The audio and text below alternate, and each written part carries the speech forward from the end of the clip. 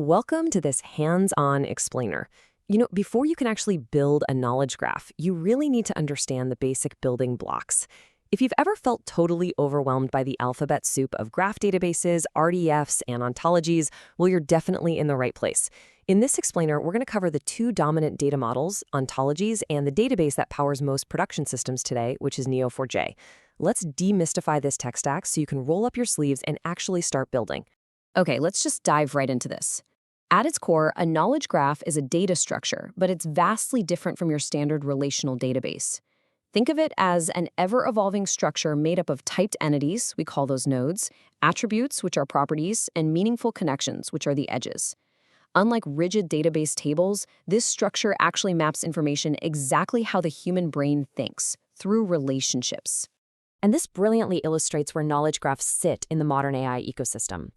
Notice how the graph acts as this ultimate central engine. It pulls in both structured data, like your CSVs and databases, and unstructured data, like documents and emails. And it maps all of that to a single unified schema. Once that knowledge is structured, it becomes an absolute powerhouse. It feeds accurate, retrieved context directly into large language models, so they can generate summaries and answer your queries without, hallucinating. So here's our syllabus for today. First, Graph Data Models 101, then RDF versus property graphs, after that, ontologies and taxonomies, querying with Neo4j, and finally, reasoning over a graph. Let's get right to it. All right, part 1, Graph Data Models 101. This is how we map the real world into a machine-readable format. Look at this simple code-to-concept mapping. Honestly, this represents everything you need to know about the anatomy of a graph. On one side, we have a node representing an entity, a person named Lawrence. On the other side, we have another node, a topic called cyclotron. It's super important to note here that every single node has a specific type or label and properties. But the real magic, that happens in the middle. That directional arrow is our edge, and it defines the relationship type. Works on. See those brackets inside the relationship? That's an optional property telling us he worked on it since 1930. So nodes with labels, relationships with directions, and properties for both. That is your atomic structure right there. Moving into part 2, RDF versus property graphs. It's time to choose your architecture. Before you build, you basically have two dominant models to choose from. On one side is RDF, or the Resource Description Framework. This is a W3C standard built for the semantic web. Everything in RDF is a triple, a subject, a predicate, and an object, usually defined by URIs. It is incredible if you need web-scale interoperability or you're linking external data like Wikidata or massive medical standards. You'd query it with a language called Sparkle, using tools like Apache Jena. But on the other side, we have LPG, or Labeled Property Graph. This is the dominant model in the industry. LPG prioritizes blazing fast performance, developer ergonomics, and crucially, native edge properties. Now, a really common mistake developers make is underestimating RDS verbosity, especially when it comes to metadata. Let's say you just want to note who created a relationship and when. Because RDF is strictly subject-predicate-object, you literally can't stick properties inside a relationship. Instead, you have to use this kind of clunky workaround called reification. You basically have to create an entirely new blank node, connect your entities to it, and then attach your metadata.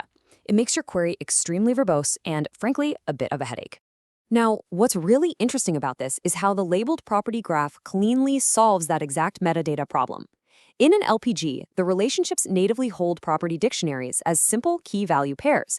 As you can see, we just attach a source ID, in this case, a PubMed ID, directly inside the has phenotypic feature relationship. It's incredibly clean, super easy for a developer to read, and much faster to traverse with complex queries.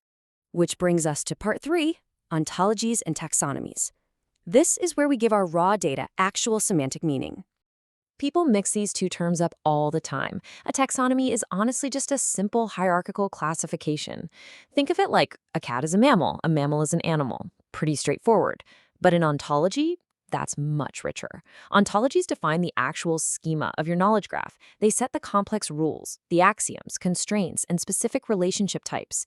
Like in a medical ontology, you wouldn't just have hierarchies, you'd define rules stating that type 1 diabetes has subclass type 2 diabetes, or insulin is used for treat diabetes.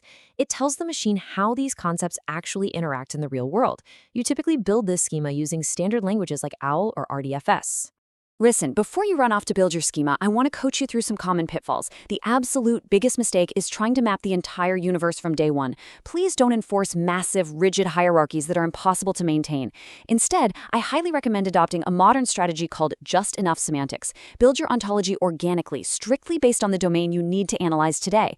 You can always add new nodes and relationships later. All right, part 4, querying with Neo4j. Let's roll up our sleeves and enter the workshop phase. See that massive blue line towering over the rest of the DB Engine's ranking? Yeah, that's Neo4j. It is the dominant native graph database in the world right now. And the reason it's so incredibly popular is that it drops traditional, computationally expensive SQL joins entirely. Instead, it relies on native graph storage and something called index-free adjacency. When you query Neo4j, it physically traverses pointers on the disk from node to node. That makes multi-hop queries lightning fast, no matter how huge your dataset gets. If you want to play around with it, you can use Neo4j Desktop locally or Neo4j Aura in the cloud. Let's move to and see how this actually builds out. If you're coming from a SQL background, you are going to love how Cypher, which is Neo4j's query language, handles relationships. With SQL, a join requires matching IDs across totally separate tables. It's clunky, but look at Cypher's highly intuitive syntax. It's basically ASCII art. You literally draw the pattern you want to match. Node A, an arrow showing the relationship, pointing to node B.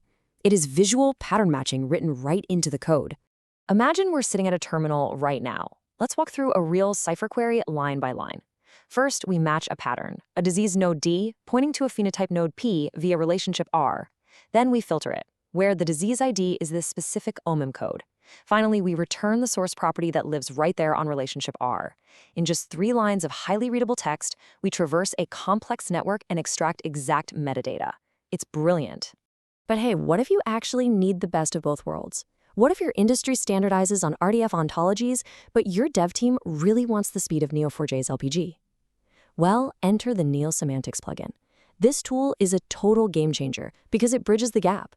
It lets you ingest complex, standardized RDF and OWL files like major healthcare standards directly into your Neo4j property graph environment. So you get the strict interoperability of RDF paired with the sheer performance of an LPG. Finally, part 5, reasoning over a graph. Let's explore how we derive brand new facts. So I've got a question for you. How do we actually make the graph think? Because it's not enough to just store data, right? An intelligent system needs to reason, deriving new facts from existing ones using logic. We can do this in 2 main ways. First is deductive reasoning, which uses strict rule-based inference. For example, if drug A treats disease B and disease B is a subtype of disease C, the system can automatically infer that drug A might be relevant for disease C. The second way is inductive reasoning, where we unleash machine learning models onto the graph structure to predict entirely new relationships that we haven't explicitly programmed yet. So the absolutely crucial point here is this. Knowledge graphs and LLMs are a literal killer combination. Knowledge graphs give you structured, factual, completely explainable truth. Large language models give you massive, flexible, natural language reasoning. When you layer an LLM on top of a grounded, well-designed knowledge graph, the LLM acts as an incredible reasoning layer. It can translate a user's natural language question directly into a Cypher query, run it against the graph, and return a perfectly summarized, hallucination-free answer. All right, you now understand the entire technology stack. You know exactly when to use RDF for interoperability and when to leverage LPG and Neo4j for performance. You understand how ontologies give your data a schema, and you've seen how Cypher makes traversing all this data an absolute breeze. The tools are officially in your hands. In our next explainer, we're going to roll up our sleeves and build our very first graph straight from raw data. So the only question left is, what knowledge are you going to map first? Thanks so much for joining me, and I'll see you in the next one.